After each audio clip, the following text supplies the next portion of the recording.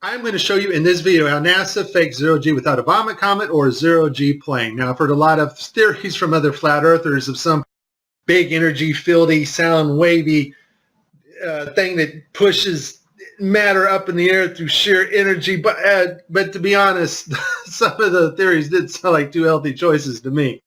No, I've been praying about it, and the Lord finally revealed to me one video, and I work with Blender and Unity, and I've been working with special effects software and Photoshop for quite a while now. And when I saw this video, I realized it became instantly clear how they do it. And it's just video game technology. Now, if you're part of the Geek Squad or the techie crowd, well, then you already know about this technology. And so let's get to the video that caught my attention, and you will see the same things that I saw. Let's watch. We have to introduce the concept of free fall.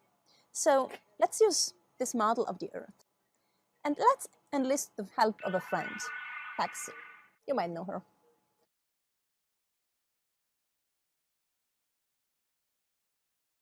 So what is significant about this video is, number one, it was live to school children. Number two, we have this stuffed animal that is transitioning in on another video channel. And the actor is able to reach up and grab this doll in real 3D space and manipulate this doll with their hands. And so the only way you're going to pull that off is with one technology. And that technology is virtual reality. More importantly, though, something called augmented virtual reality. Now, before 2012, NASA used masking techniques much like we do in Photoshop and After Effects. But now we're able to simulate water and objects live in real 3D space. So we're able to take models of things that are photorealistic and rotate and move them while we are going live. Before, we used to have to render these effects frame by frame by frame, and it took extremely long amounts of time.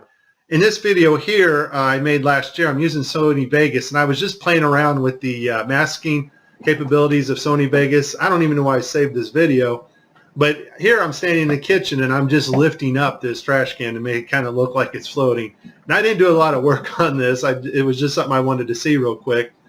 But that is a masking effect to get another effect. We now have the technology to simulate water, materials, fabrics live in real 3D space with virtual reality, but better yet, augmented virtual reality. And all augmented virtual reality is taking the objects in 3D space from a virtual reality world and putting them in our world on another screen, which we can see, manipulate, and touch with virtual reality contacts or glasses. In this next segment, I'm going to show you how NASA grabs objects in 3D space, rotates them around, manipulates them. They can do this with water, with cloth, anything.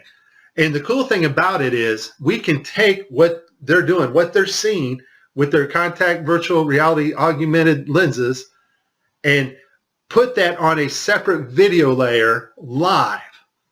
Yes, live, and do it all in real time. So I'm going to show you what it looks like to them as they're grabbing objects and manipulating them. And then I'm going to show you Microsoft's HoloSense video, their demonstration at E3 a couple years ago, of bringing a virtual reality into our world. And it is simply amazing. Let's watch. Specifically, how HoloLens can turn every room of your house into a personalized video game level. But today, we want to take mixed reality one step further. So we've got something new to show you. Holograms you can hold.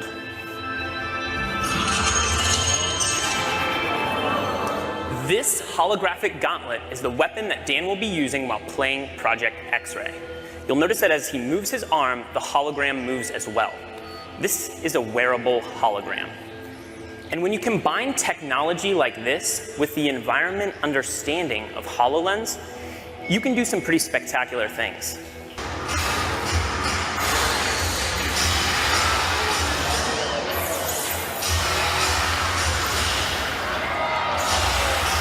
Dan can even use his shield to defend himself.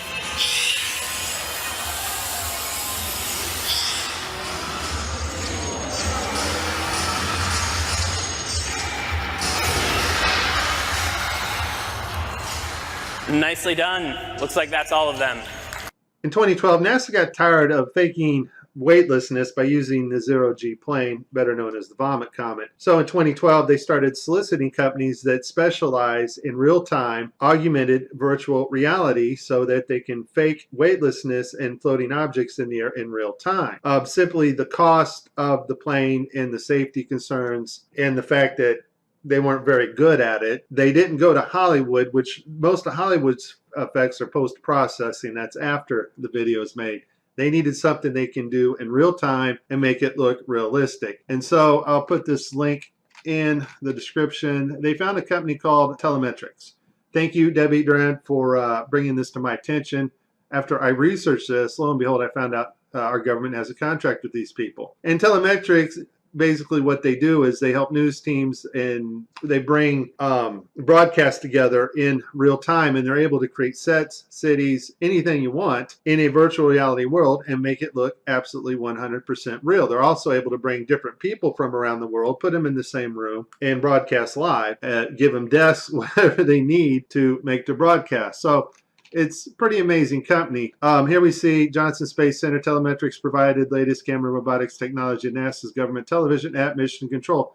Why do you need to fake virtual reality sets at Mission Control and Johnson Space Center? I think we know the answer to that when we saw Tim Peake on the gridded blue screen. So this next segment, I'm going to show you what it looks like when virtual reality being broadcast live doesn't work out so well because the system's not perfect. And then at the very end, I'm going to show you the mother of all screw-ups when they actually have a channel shut off that should be on. Because once again, these astronauts are looking in 3D space. They are grabbing objects because they're wearing augmented contact lenses. And if that object's not there broadcast to the viewers live, then it's going to look pretty ridiculous. So let's see some of NASA's screw-ups. I'll cover them as they happen, and then we'll move on to the final. Okay, so this is one of NASA's older videos where they use post-processing and masks. This is a video layer mask in augmented virtual reality. We're going to see him lose his finger here. The watch glitches out. So I guess virtual reality accidents can cause loss of fingers. In this next video, we have Caddy. Now I want you to pay attention to her neck and the way her neckline goes in her shirt. It's cut off. And the necklace. Apparently they wanted to show how cool this necklace looked. Unfortunately, it's not perfect. The necklace goes in and out of her shirt unnaturally, and her neck glitches in several places. I literally spent hours going after probably 30 or 40 videos, probably had approximately 45 minutes straight of NASA messing up the virtual reality setup. I tried to pick some clips that were obvious and some not so obvious. Show you some of the contacts. We're going to see Tim Peake with his contacts in, but these are virtual reality contacts overlaid on the eyes so actors can interact with things in 3D space, all in real time. In this next shot, we will get to see the whole arm setup and the virtual reality glove that covers all the way down the arm and hand. This allows the software to broadcast what we see video-wise as his arm in a shirt sleeve.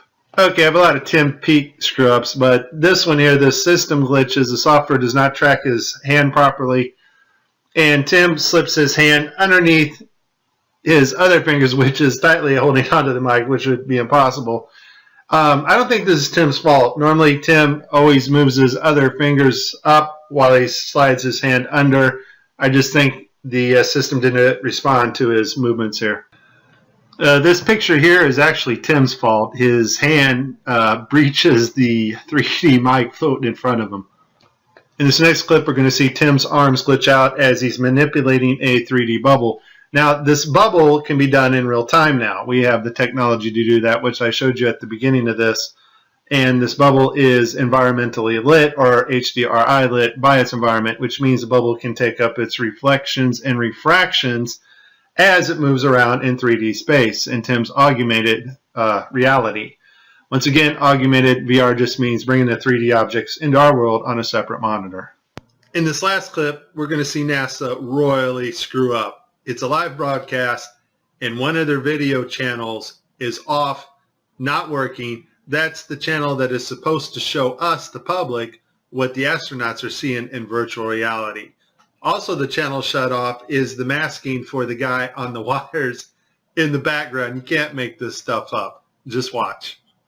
We all know NASA uses wires, and sometimes we'll catch them like this here. The guy pulled on his wire.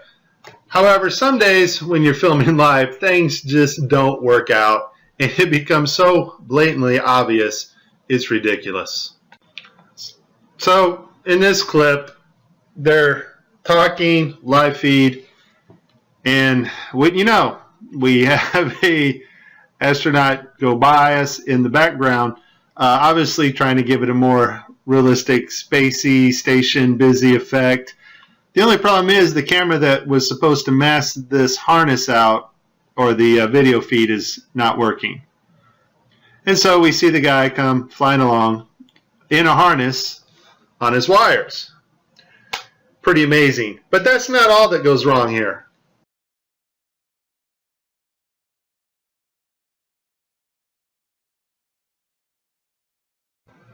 Okay, so you see to the right, this guy's flipping this hat. This hat's actually on another video channel in 3D space. It's virtual reality.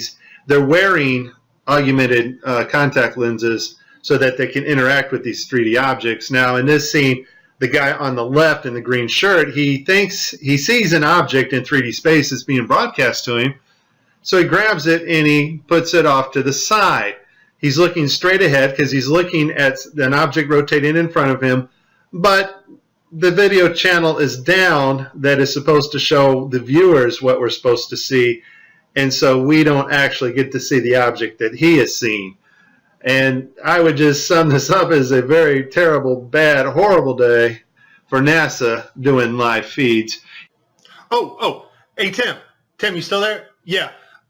Can you explain to us what this astronaut's going through as he sees something with his eyes in 3D space, but it's not actually there being broadcast to the public? What's going through this astronaut's mind?